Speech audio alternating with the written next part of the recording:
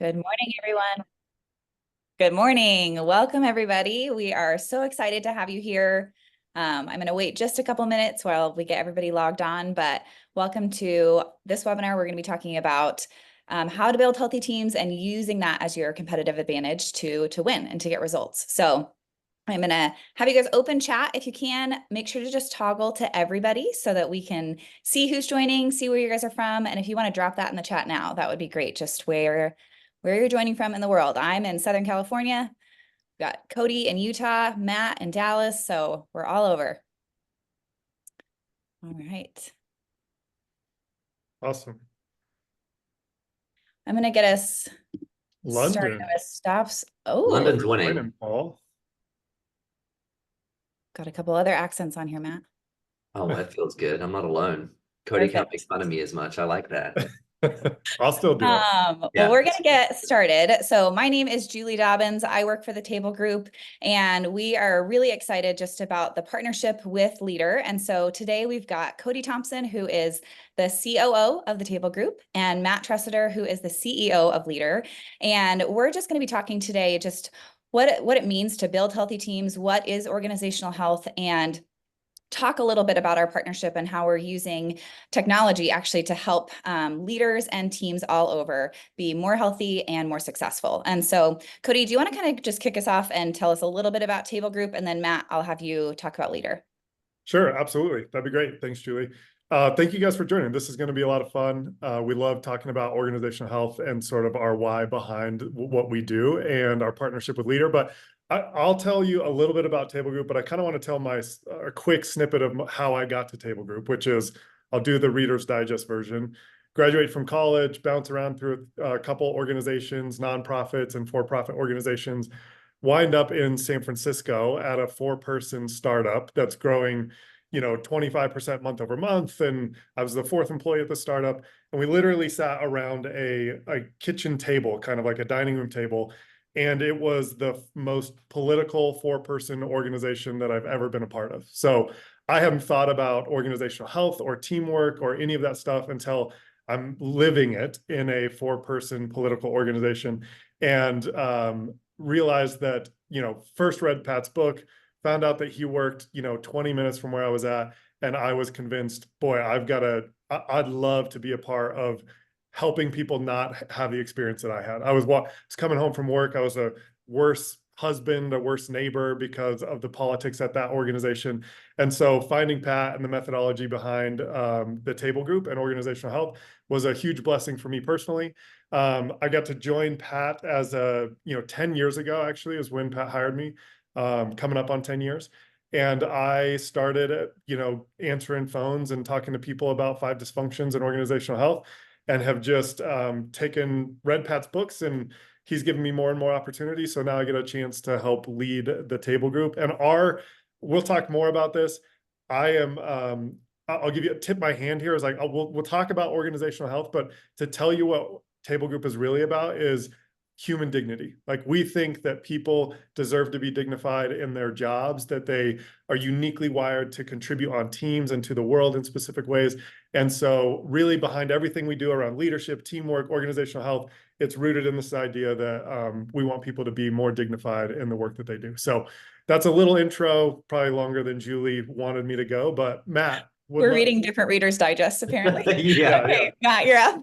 Julie, do I have twice as long or half as much? That's half as long. Oh my gosh.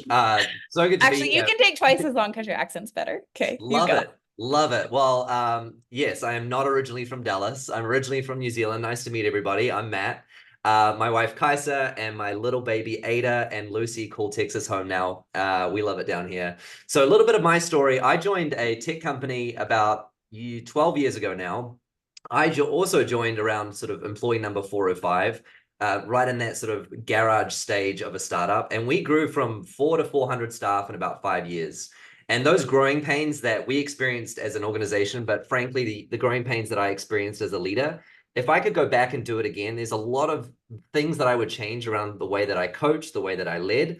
And a lot of those things is why I wanted to start Leadr.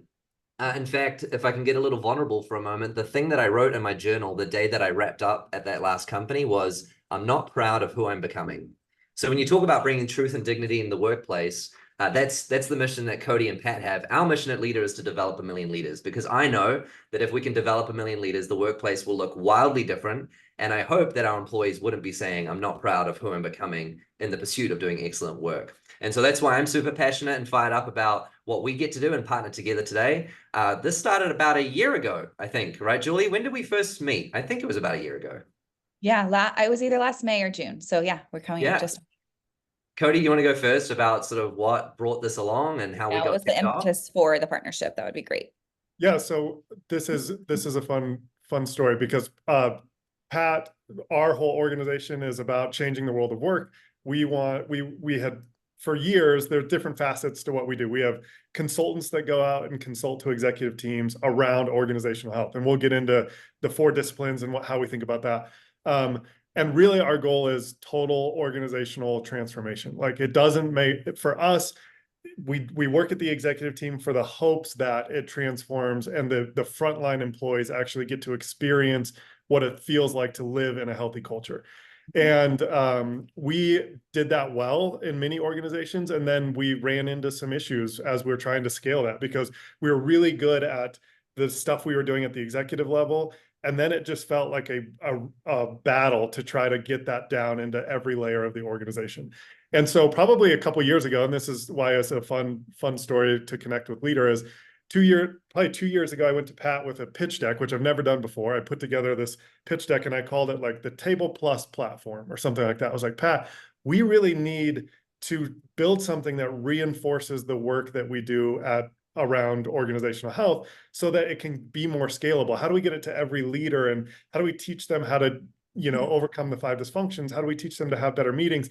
And Pat has all this content that helps transform organizations. And we were struggling with how do we get that from the executive level all the way down, and pitch Pat this Table Plus program. I'm not a technologist, so I was like, there's something. I don't know what it is, but there's something. And Pat, this is what I love about our methodology. We'll go through it. We are really clear about why we exist, how we behave. And then the third question is, what do we do? Pat looks at our clarity questions and says, Cody, we're not in the business. That's not our core competency. We probably can't build a software that helps us do this. It'd be a distraction. Let's focus on what we're great at, which is coming up with content to help teams do that. And while I was a little disappointed, I knew Pat was right. That was not the way we were going to help scale organizational health.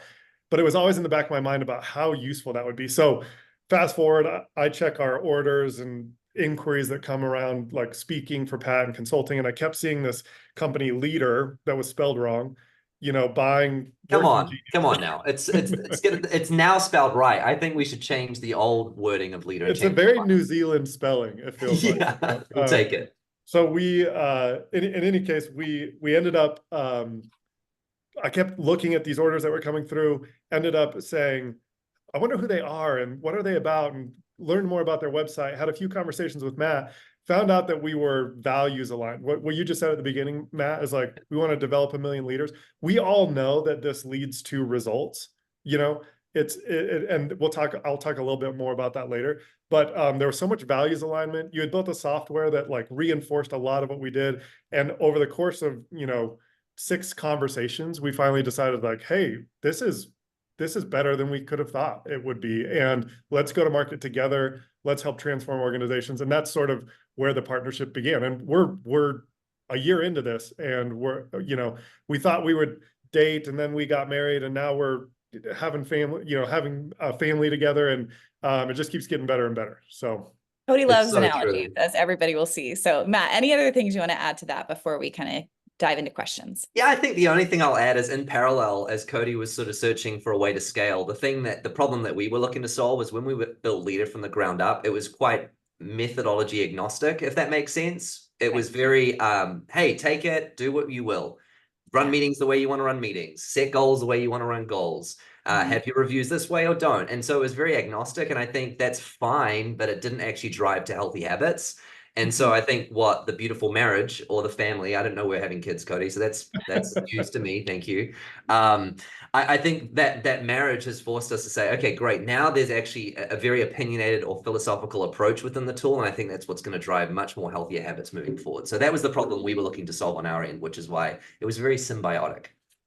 Hey, Matt, I just want to point out, David is actually right in the chat that the URL was available for the misspelled Leadr. Correct. Yeah. So it's the accent, it's the cheaper website, and tech companies like taking letters out of their names. I don't know why. They do. It's like the Very on trifecta. brand. Yeah. Yeah. All right, well, let's get started. I know, today that was the purpose, to talk about organizational health, but that's kind of all encompassing of so many different facets, as you guys have mentioned, and can feel a little bit nebulous. Like, even if I'm on an airplane and I say I work in organizational health, people are like, what is that? So Cody, can you kind of just give us a little bit of a framework for what is organizational health and why does it matter? So I want to first start answering that question anecdotally a little bit, and then I'll show you the model around it. But I'll say this, one of my favorite quotes of Pat's is this. It says, if you could get all the people in an organization rowing in the same direction, you could dominate any industry in any market against any competition at any time. And that, in my mind, is a great way of illustrating what organizational health is. It's complete alignment and healthy culture that drives results. And I think the way that that I have experienced that coming out is like, it felt like there was this sentiment in the business world that either you could have an organization that's results focused, and that's like command and control, and let's set goals. And then those organizations, like the ones that are results focused, probably aren't as fun to work at, or you have a fun company to work at that doesn't produce results. And it felt like this choice that leaders had to make is like, we have bring your dog to work day, and we don't really care if you hit your sales numbers, or we care a lot that you hit your sales numbers, but we don't care a lot about how it affects who you are as a neighbor when you go home. And I think what Pat has spent 27 years convincing leaders of, and what I've spent the last 10 years convincing leaders of, and what you guys know in your DNA at Leadr is, it's actually both. It's actually the organizations that have clarity around their culture and create an environment where people are dignified, that those are the ones that outperform the other organizations. And so it's almost like a have your cake and eat it too. It's like, what if you could have an organization that had the best in class results, and that people were bouncing off the walls to work there, and felt like didn't want to leave because they enjoyed their job so much. So that's organizational health in an anecdotal way. But Pat puts a very simple model. This is what Pat is uniquely gifted at, right? Is he'll take a concept like that and say, okay, so how do we practically do that? So here's Julie, I think we have some slides. Normally, if I'm controlled now hard, I would do it on a whiteboard, but you guys wouldn't be able to read my writing. So here's typically when we go in and we talk to leaders, we say, hey, organizations need to do two things in order to be successful. They need to be smart. And on one side of the equation, smart means things like strategy, marketing, finance, and technology. I did it in a different order. We practiced the order, and somehow I still did not do it in that order. I think that was great. We've got the model here. Technology, strategy, marketing, finance, technology, all of the traditional business disciplines. So we're not saying you ignore this side. In fact, so many businesses, so many leaders actually get to the role of CEO or executive team member because he or she have like graduated or studied these traditional business disciplines, and that makes all the sense in the world. This is really, really important. And then we would spend all this time with executive teams, and we're like, we never leave an executive team and think they're just not smart enough to be successful. They had all the intelligence that they needed to be successful. So there's this other side of the equation, this other side of the coin that healthy, or that organizations need to be in order to win and be successful. And that's what we call a healthy organization. And when we talk about health, here's what we mean. We mean minimal politics. And I'll just give you like a quick caveat. Like when we say minimal politics, I always ask people, what do you think we mean by that? And everybody's seen politics in an organization. What we describe that as changing what you do or say based on who's in the room. that's politics. We need an organization to be, whatever room you're in, whether you're with the CEO or the janitor, you're the same person, we're saying the same things. So minimal politics, minimal confusion. Healthy organizations, the best in the world, they're clear about what the most important thing is. They're clear about why they're there, what their role is. And organizations that are unhealthy, high degrees of confusion, which affects the employees there. Then minimal politics, confusion, high degrees of morale. So people love working at healthy organizations. High degrees of productivity. These are the organizations that are actually producing more. And then finally, low turnover. And what we would say about low turnover is low turnover of your best people. Yeah. When you have a healthy organization, you're clear about who belongs there. There is actually a healthy amount of turnover. When people enter the organization and maybe we didn't vet them exactly right, when you get clear about your culture and what that means, it's actually great for the right people to opt out. So in unhealthy organizations, some of our best people leave and we're like, oh no, what happened?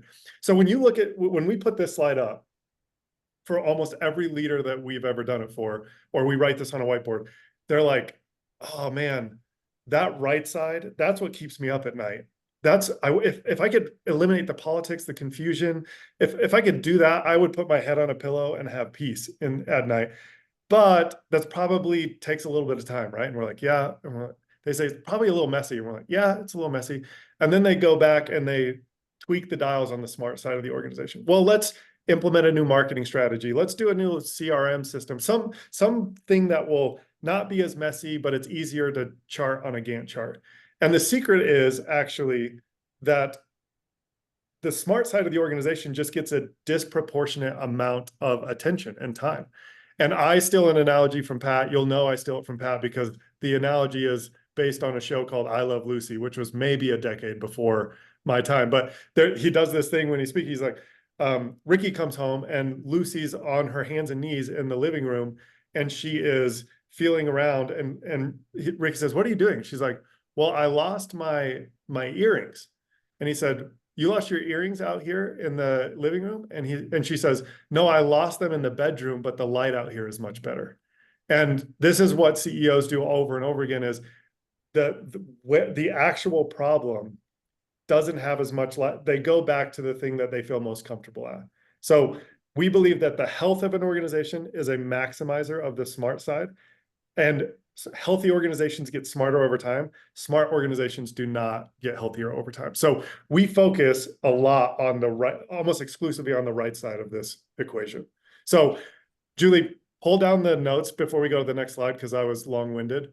No, yeah. Any thoughts, Matt or Julie? That's what I was going to ask Matt. Like, I love kind of the practicality of even seeing some of those differences of where we give our time and attention. But I would also love for you to highlight what are some ways where teams might know they're not even as healthy as they think they are? Because sometimes we want to pretend like, oh yeah, I've got this. But what are some of those telltale signs?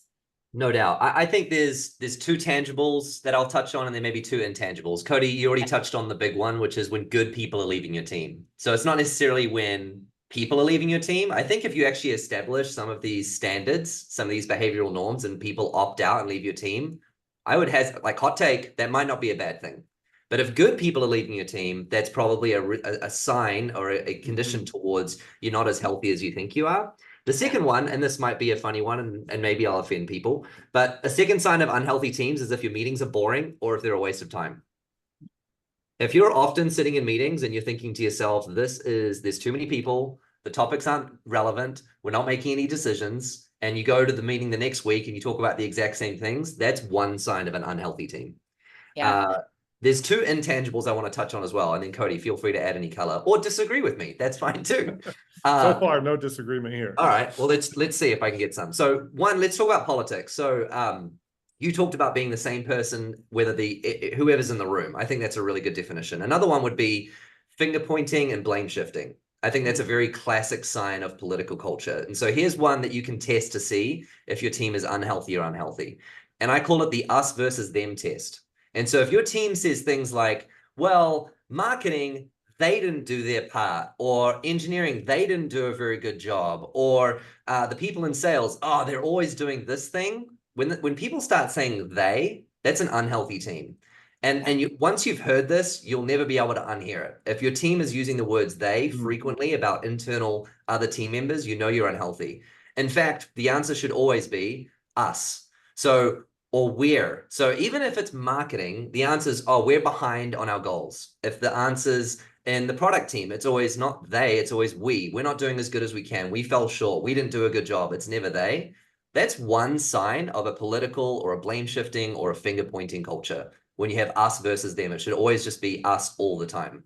Yeah, And then last thing I'll say, conflict avoidance or unhealthy conflict is another intangible sign of unhealthy teams. But once you see it again, you can't unsee it. And so a really classic example of this is just gossip. And so one of the things that I got taught that was a very convicting question, but it started to weed this out of our team, was when someone comes and tells you something about someone else, I love the response of, hey, what did they say when you said that to them?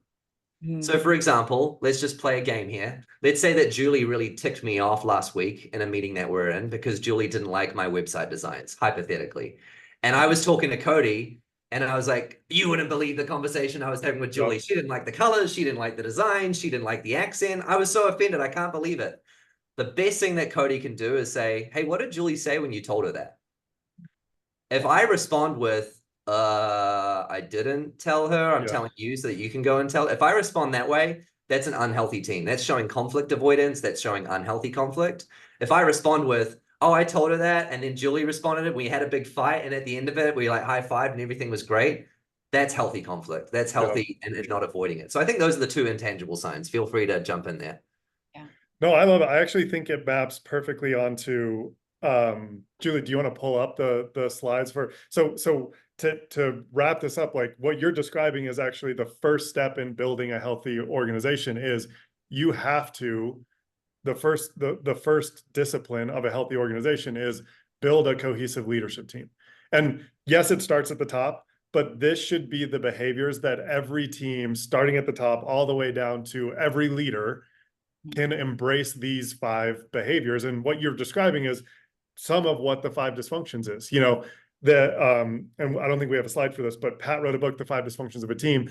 And so the first step in building any healthy organization is the leadership team has to be behaviorally aligned around things like vulnerability-based trust. Trust is at the bottom of the pyramid. If you can't build trust, the rest of the stuff is almost impossible. And so and when we say vulnerability-based trust, we mean things like saying, hey, I'm sorry, I was wrong. Or, hey, I was in that meeting the other day and I kind of bulldozed you about the website. Look, David is like a co-presenter here. I love this.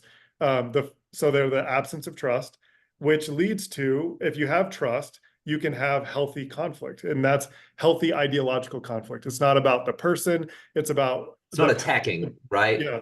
The best teams in the world have great conflict because conflict with trust is the pursuit of the best idea. The best teams in the world is not like, I want to win the argument. I want to like be perceived as the person who had the best idea. We're all in it for the sake of the whole team. So it's, we have to avoid the fear of conflict. You have to engage in good ideological conflict, which is exactly what you described.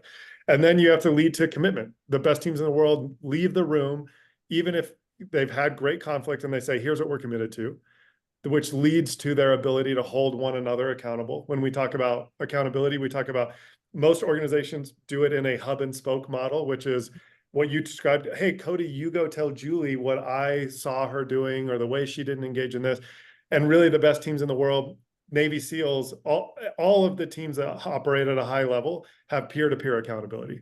So you can literally leave the commitment, go hold each other accountable out in the field. And ultimately it's about achieving results. None of this matters if you don't win. So having a healthy organization is not like, oh, hey, I work at an organization where I feel great. It's like, yeah, it does. It feels great, but it's for the sake of winning in the marketplace. And so first discipline is build a cohesive leadership team. Julie, if you want to pull the slides back up, sorry. I'm getting all the way through this. And then the second is create clarity.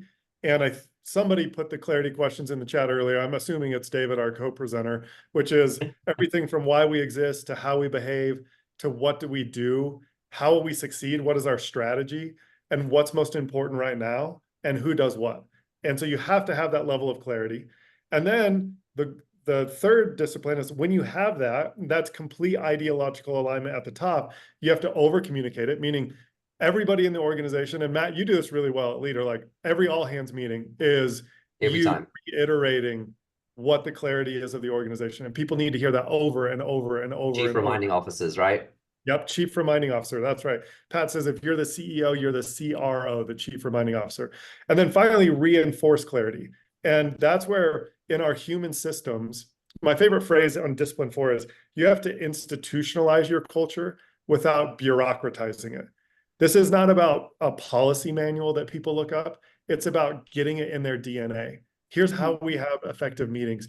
Here's how we reward and celebrate people that carry our values. All of those things, like reinforcing is about meetings, hiring, firing, rewards and compensation, one-on-ones, all the ways that these structural ways that we reinforce clarity. So if an organization does these 4 things well, they create a healthy organization which maximizes their smarts and leads to greater success. So that's the point of this whole webinar is how do we scale?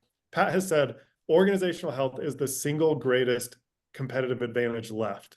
And I believe that is true. So the organizations that care about this, who know that this leads to results, they are going to win in ways that other organizations will be totally bewildered by. How is it possible that that actually leads to the results that they're getting?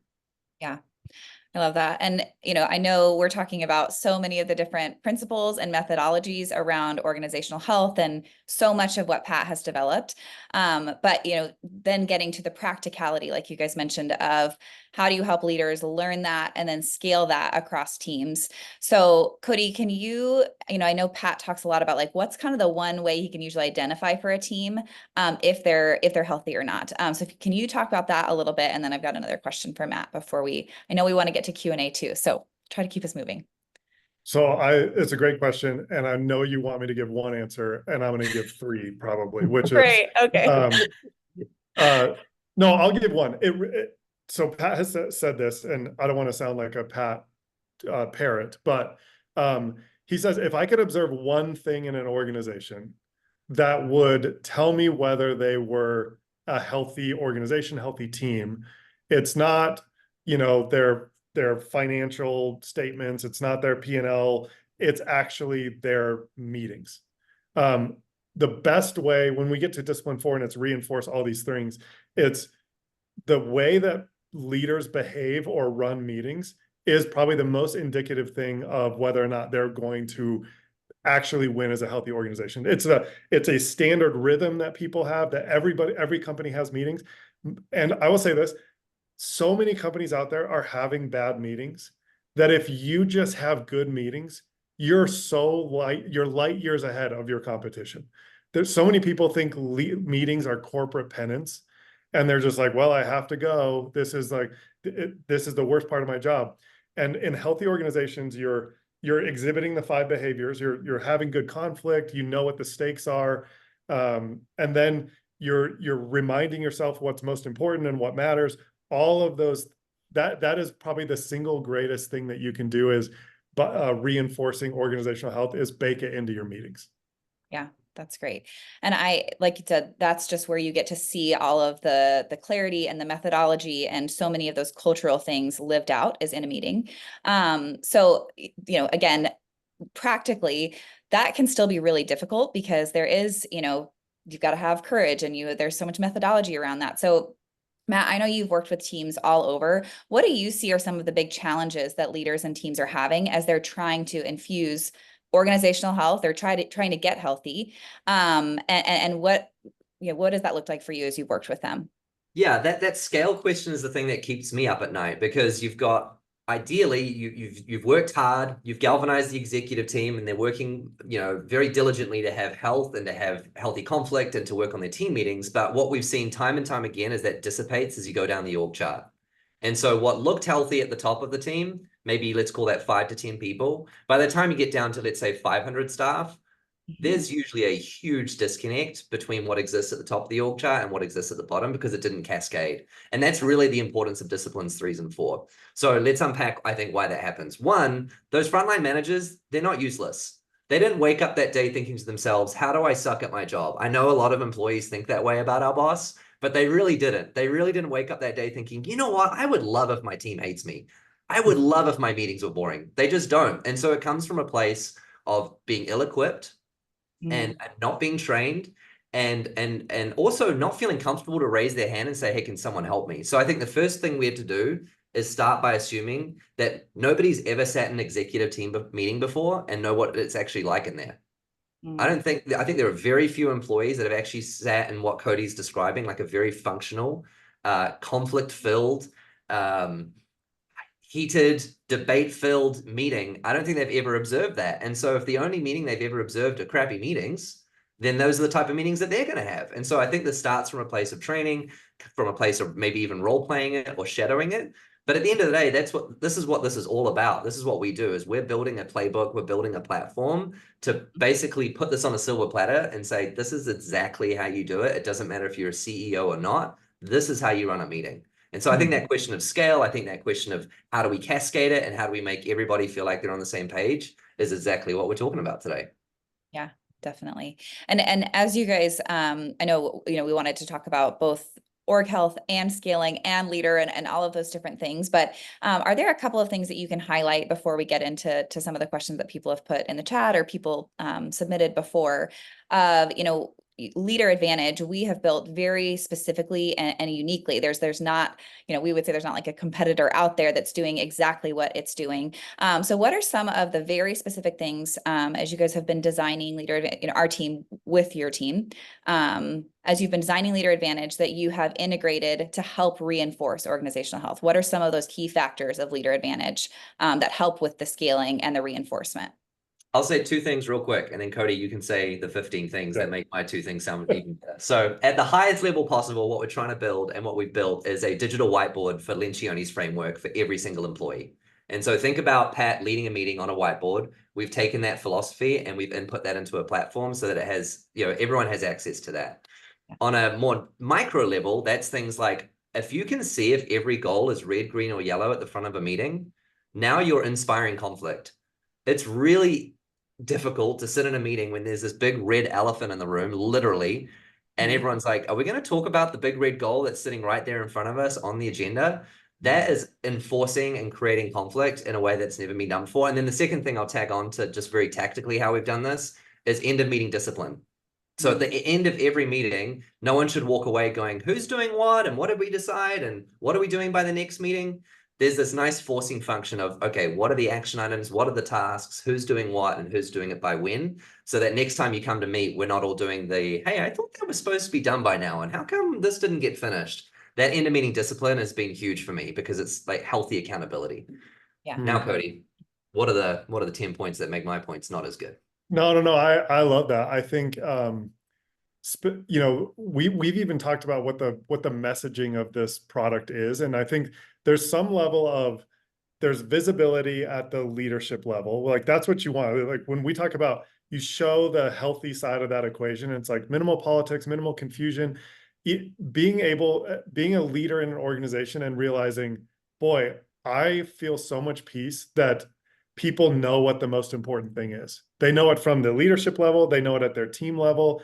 And then I feel a ton of peace that there's, high degrees of productivity and morale around that. And then that we're reinforcing, the right behaviors in the organization. I think that's all great. That's all baked in there. So there's visibility at the leadership level, there's alignment, and that's what, like, everybody rowing in the same direction. So leaders just having the ability to feel aligned to the most important things. And like you said, we're giving leaders tools to be, nobody wakes up and is like, I want to run a bad meeting, or I want to intentionally confuse my team about what's most important, or I want to have, unproductive conflict. So I think I definitely, next webinar, I'm just going to have David Uribe present, because the thing that always happens when we're with executive teams or even trying to teach the conflict part of a meeting, like you just said, hey, there's a goal here that's red. Like, are we going to talk about the most important thing? What tends to happen is the exact opposite of what should happen, is we start to get into what is the most important part of the meeting. We're arguing over an important thing. And here's what tends to happen is well, let's take that offline. Hey, why don't we talk about that, you and I? Like, so they shut down the most important part of the meeting instead of saying, oh, no, no, no, this is it. This is what the meeting is all about. We have to get to the other side of this. So I think what it does to reinforce having better meetings is incredible. And then just the way it dignifies the frontline employee. Like, hey, there's recognition in there for recognition that's tied to the values, that's tied to the discipline too about what's most important right now and who does what and how we succeed. So the goal really is, and I'll go back. I think the beauty of this partnership is what Table Group was uniquely really good at was discipline 1 and 2. We were like, we could get executive teams aligned behaviorally. We could help them create clarity around their strategy and like what their culture should be. And then it just felt like the hardest battle to fight to go like that line between disciplines 1 and 2 and then getting it to 3 and 4 was really hard work. And it was a manual process. And it was, let's have cascading sessions and let's train the trainers and let's teach Book clubs how to run meetings. And what Leadr provides is like a plug-in change management system for the rest of the organization. It's like, we're going to teach everybody what the most important thing is, how to run a meeting, how to have good conflict in that meeting. And then just to plug in some of Pat's content to support all of that. So I think, Julie, when you ask that question, it's like, what parts of it help reinforce organizational health? The answer is yes. All of it. Yeah. Like a lot of it. Yeah. And we're seeing leaders and organizations experience that in ways that it more quickly and more impactfully than we had when it was just our consultants. I was just with a leader last week who was like, and this is not I get passionate about this because of the relief it gave the leader, not because I'm trying to sell it, but he was like, this has changed my peace of mind. Mhm. It's all right here. And then he said, it also has led to 20% increase in their revenue. And he attributes a lot of that just to the clarity that this provides. So I just, again, it goes back to the human dignity piece. I get excited when organizations are like, this matters as much as anything else that we're doing, and focus on that. Yeah. And, I know we've all talked about a lot of the different kind of problem that it solves. And that's something that I think we see a lot as we're talking with, current Leadr Advantage clients, is that, it really does help them know how to run their business. It's reinforcing that clarity. It's knowing how to run your meetings. It's making sure, one-on-ones are on track and that they are tied back to what's most important. And so, yeah, that clarity, that visibility, and that transparency is what has been kind of uniquely, we've tried to craft that into the Leadr Advantage experience. So yeah, that's great. So we've had lots of questions.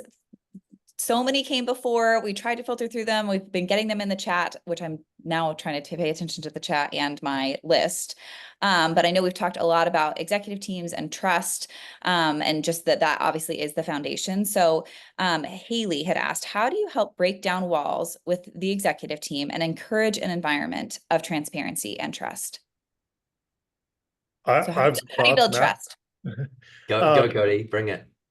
I think there's two things that I would say to that. And one is that we often assume that the leaders are leading exactly the way that they want to. It goes back, it's like, we assume that they're like, oh, hey, the executive leader or my CEO or my executive leader that oversees my department, they're leading exactly the way they want to.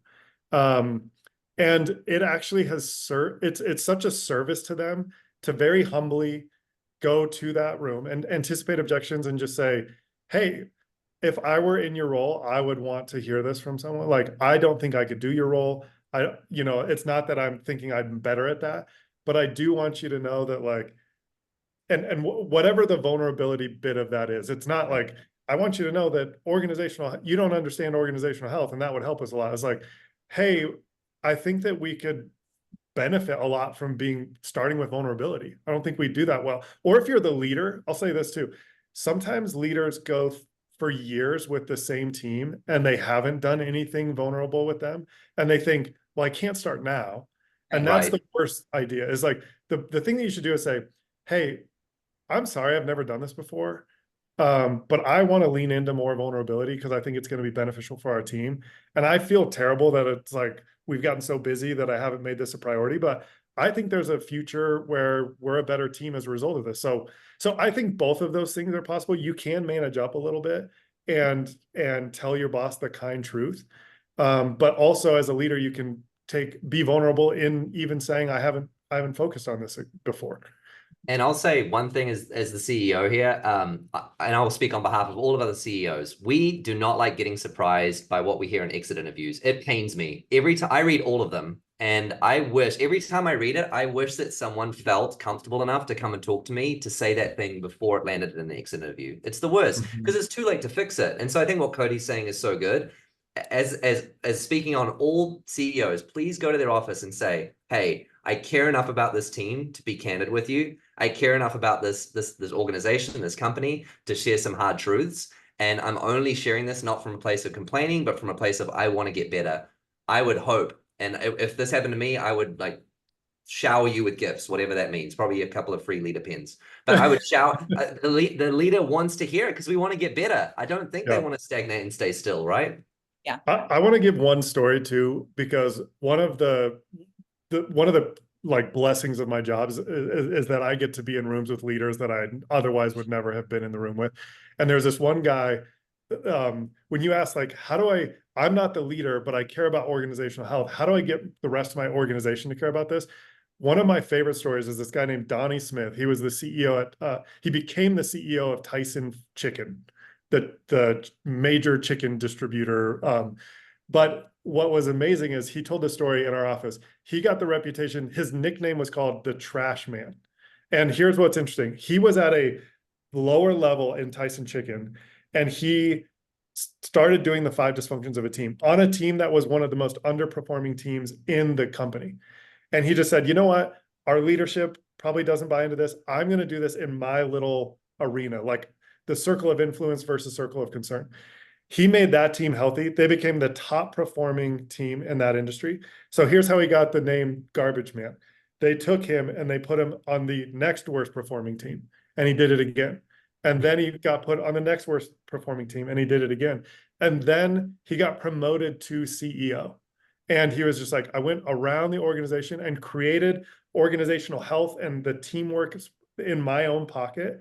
And then sometimes the executive leadership team takes a look at that and they're like, what the heck is going on there? We need that at the rest of the organization. And so if you're not the executive leader and you're like, boy, I care about this, dignify the people on your team. Do it. I love that. Yeah. And then let the rest of the organization discover that. I love that. Yeah, that's great.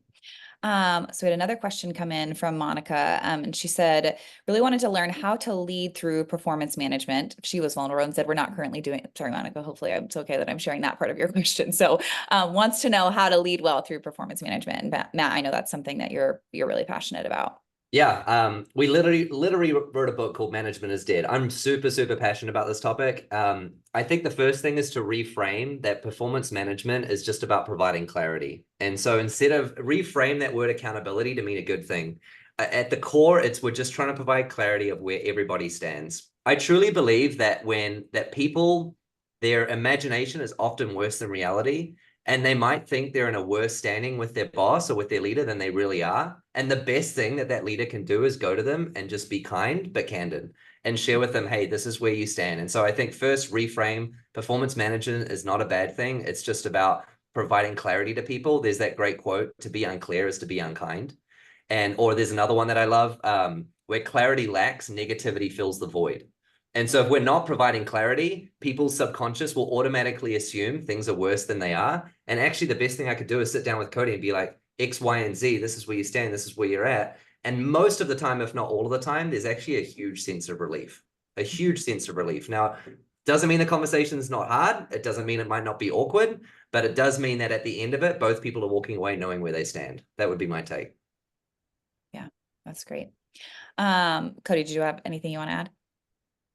No, I love your take. We did a podcast called Blowing Up Performance Management. So you wrote the book on Management is Dead. But I think you're absolutely right. It's like when you, in a healthy organization, so much of that is about clarity. And when you have here's how we will succeed as a guiding principle for how people make decisions. People talk about empowerment. How do I empower the leaders below us? Well, giving them clear guidelines about here's what our strategy is, here's how we're going to succeed. Let's let you have the power to make decisions in the context of those guidelines. And I think you hit the nail on the head. If you're clear about that, that's amazing. And I'll share a story because I think it's a fun one. It's less about performance, more about just giving direct feedback about how it doesn't have to be weird. Cody and I have known each other for probably a few months, and we jumped on a call after about 2 or 3 months of getting to know each other. And he's like, hey, you know that motto that you have about refusing to be the bottleneck? He's like, you know, that's a pretty stupid motto, right? It's literally how the conversation went. I was like, tell me more. He goes, actually, as the executive leader, you should be choosing when to be the bottleneck and raising the standard of excellence. He goes, so your motto doesn't really make sense. And I was like, oh, buddy, that's been my motto for years. But no one had ever told me that. And no one had ever taken the time to actually sit me down and tell me candidly what they thought. And so that's less about performance, more about feedback. But I'm so grateful for that. I don't know if you remember doing that. And you guys have built that trust to know that like Cody was saying that because he was for you. Like 1,000%. believes in you as a leader, thinks you're a great leader, and was like, hey, but this one thing like doesn't make sense. Tell me more. 1,000%. Yeah, I think it's actually incredible. Like one of the benefits of being in an organization that has a consulting function is you get to go experience other organizations. Like most people work in a job in their culture for 10, 20 more years, right? I get to go see people's meetings in different organizations monthly or weekly sometimes. And what you just described, Matt, like the level of trust, when you increase the level of trust, and Franklin Covey wrote the book, The Speed of Trust, is like, you can get through conversations so quickly. When we go to other companies that have not spent the time to do the 5 dysfunctions to build trust, it feels like the meeting is like running in mud. Like Julie, you and I have had conflict and cycled through it in a way in 5 minutes that would take other companies 5 weeks. And so we're making better, faster decisions simply because we've raised trust, not because we have a better way, like doing a SWOT analysis or analyzing what the right decision is. It's because we built that level of trust. And Matt, so grateful that we have that relationship where I can tell you your motto is stupid and you don't. Yeah, I loved it. His motto needed refining, to be clear. Refining. Yeah, there you go. Okay, so I'm kind of going to combine 2 of the questions in the chat just that are specifically about Leadr Advantage and just some of that methodology. Like Matt, you talked about at the beginning.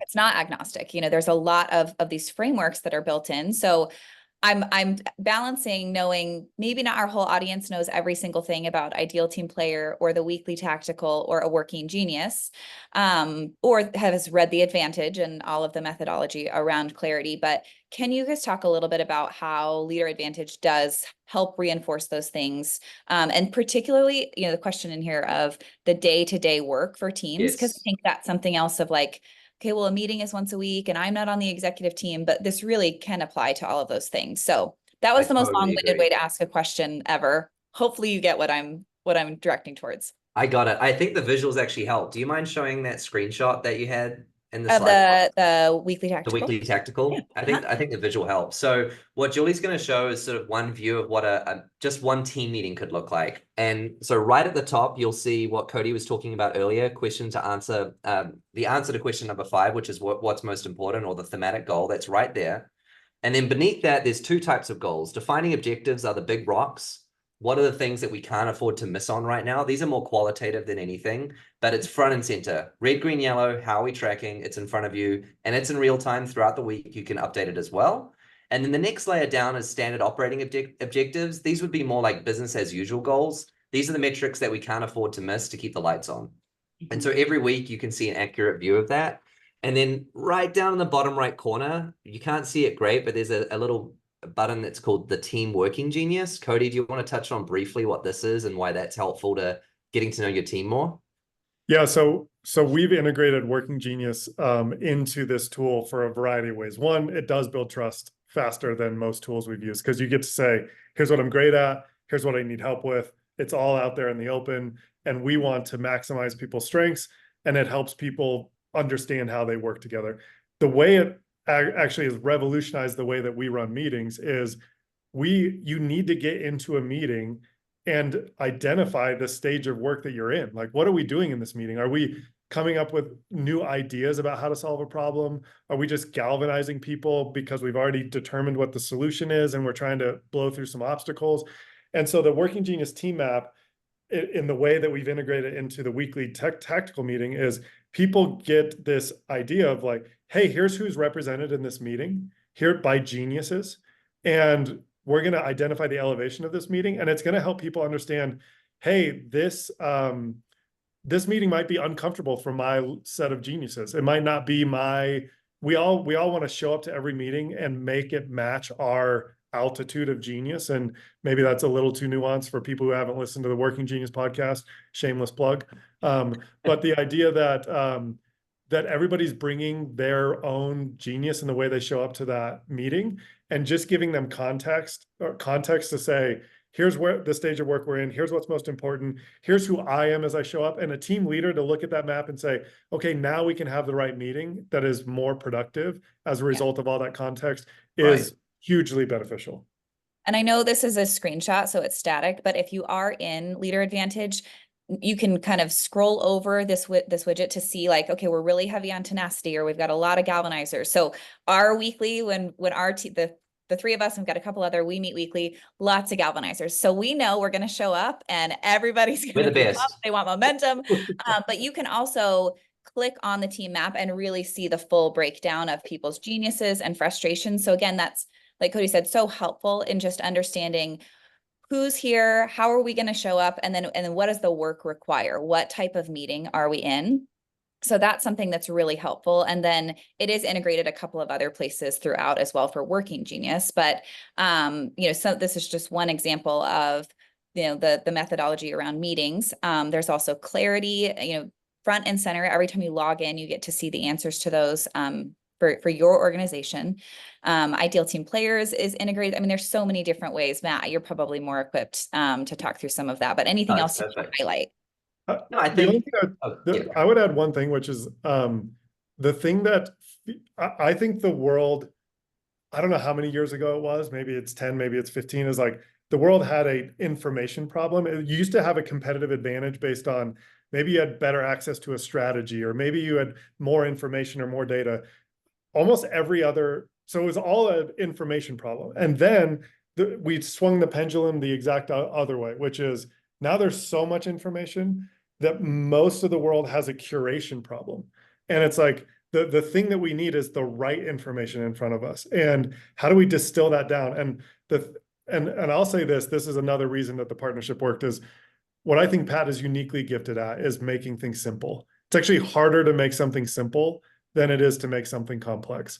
And what Leadr has done is to curate the right information to put in front of leaders, managers, and executives to say, hey, the rest of this is noise. And so somebody said, like, how prescriptive is it? It's like, hey, if you ran better meetings, if you built trust, if you connected one-on-ones to the most important things, and you rewarded the behaviors that you're trying to create in your culture over and over again, if you just did that, like, so it's not intended to be prescriptive of 1, 2, 3, but it's intended to say, if you do these things, it will lead to a healthy organization. Now, you might have SMART goals or KPIs that you integrate some other way. That's fine. But I do think that the simplicity of saying, if you focus here, this is going to help you win. And that's rare in technology. And I think this is the problem we're trying to solve. And we're continuing to tweak, like, how do we make it simple? Mm-hmm. Yeah.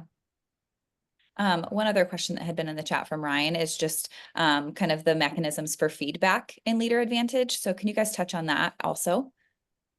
Two ways. There's anonymous and public feedback. And so one, you could just send out a feedback request and anyone can respond with their name attached to it. I prefer that method because then you can say, hey, next time we meet, we can talk about it, and it will automatically add it there. The other way is surveys. So you could send out pulse surveys or one-off surveys. Those can be toggled on anonymous, and you could say, hey, people can share, what my job satisfaction is, and do I feel like I have clarity, and do I feel like I'm maximized in the workplace? So you could do public and anonymous.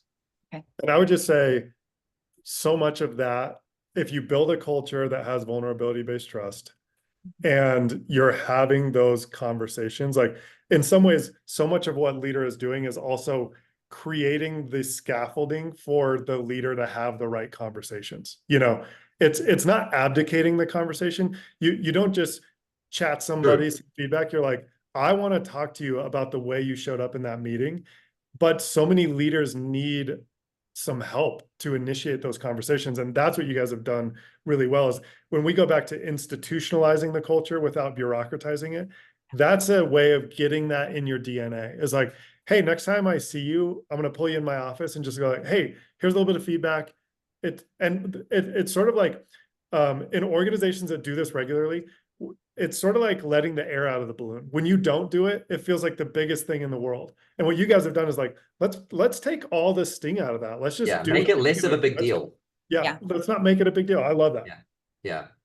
And take away some of that, like, we hold it off because there's no mechanism to either remind us or to like start that channel of communication. So yeah, I think that is great. So we are getting close to time, and I know we all love to talk. So my last question, before we're done, that's feedback for me, Julie. You can put that in. I would give you guys the feedback directly. Come on. Don't worry. It was an observation. It was a statement. So that said, you know, walking away from today, what is one practical thing that you would say for a leader or for a team member that they can do to really help become more healthy as a leader or more healthy as a team? I'll go first because my answer will be better than Cody's. Check this out. So we had the real privilege of having Pat and Cody come on site and do a sort of 2-day meeting with me and my executive team. And the first exercise that we did was right in the column of healthy, of building trust. And I literally rolled my eyes when I saw the questions that we were going to ask each other.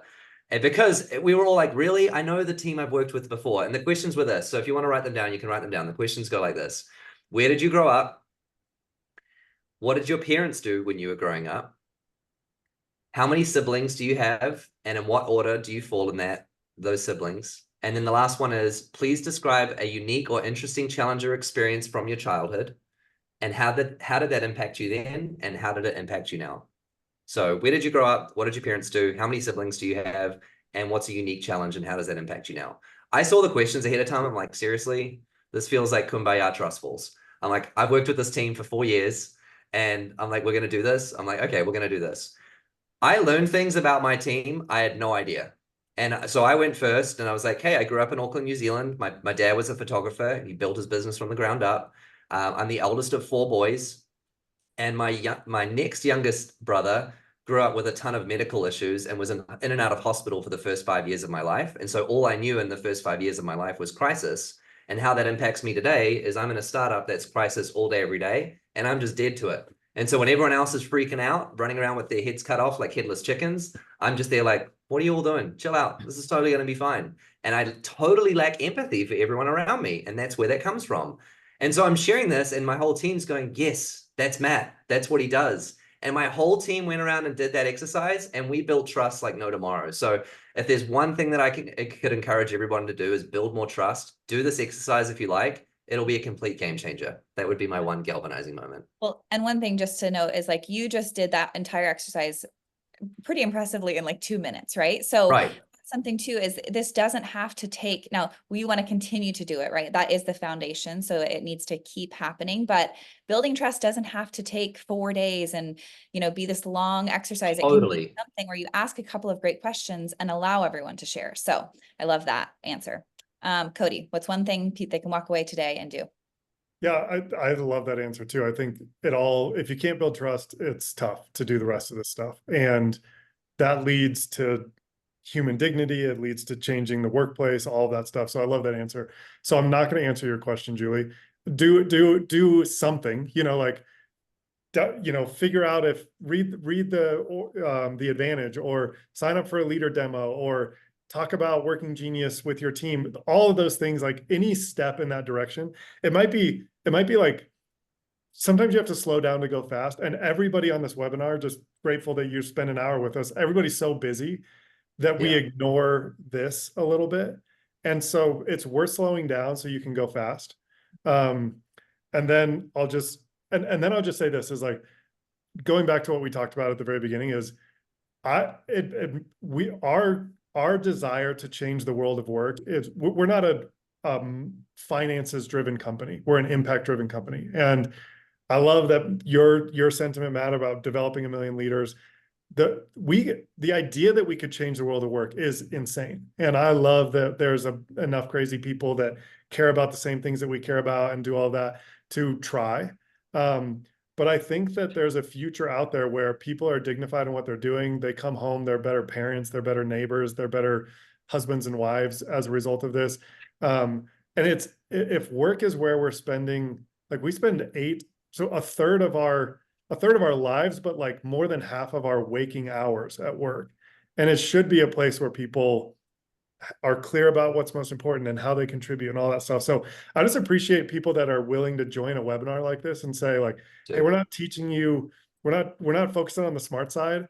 Everybody here is like a cousin of the table group because they care about, like, we know that this will lead to success, but there's something more foundational underneath it. And it's about who we are as human beings and coming together in ways where we're in right relationship with each other. And Pat is David's new cousin. I love this. So just grateful for the heart around this, and hopefully we collectively can change the world of work. Awesome. Well, like Cody said, thank you guys so much for joining. We did record, so the recording will be available if you want to go back or share it with anybody. So thank you again so much. And if you are curious and want to learn more about Leadr Advantage, if you're new to this, we will get you more information. I should have got a better ending for that. We'll get you more information. Go to Leadr I got a good Advantage. ending. There you go. Oh, there we go. All right. Sounds great. Everybody have a great Thursday. See you, everyone. Bye. All right, thank you.